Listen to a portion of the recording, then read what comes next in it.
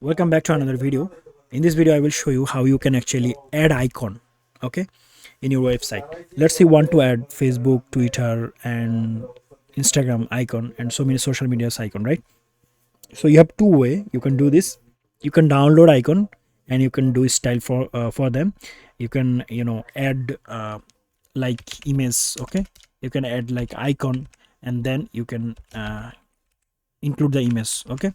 And this is this is not time consuming, so I will show you the easiest way you can do this.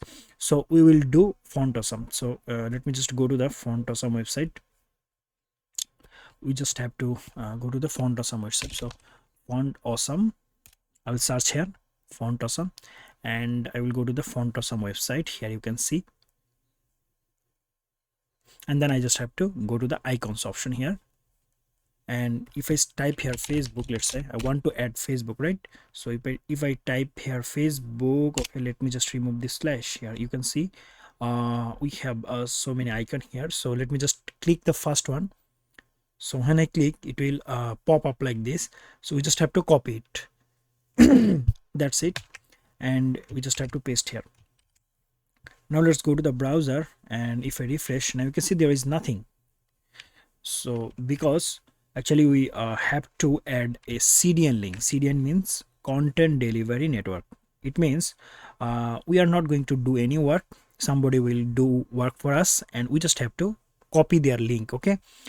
So you have to have an internet connection and just go to the browser and you just have to add a link, and that is CDN link. So I will say here Font Awesome CDN link. That's it.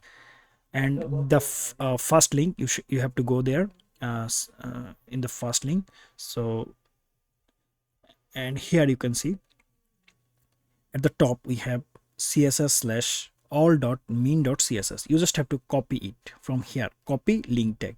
That's it. And you just have to go to the head section here, and under the title you just have to paste it. That's it.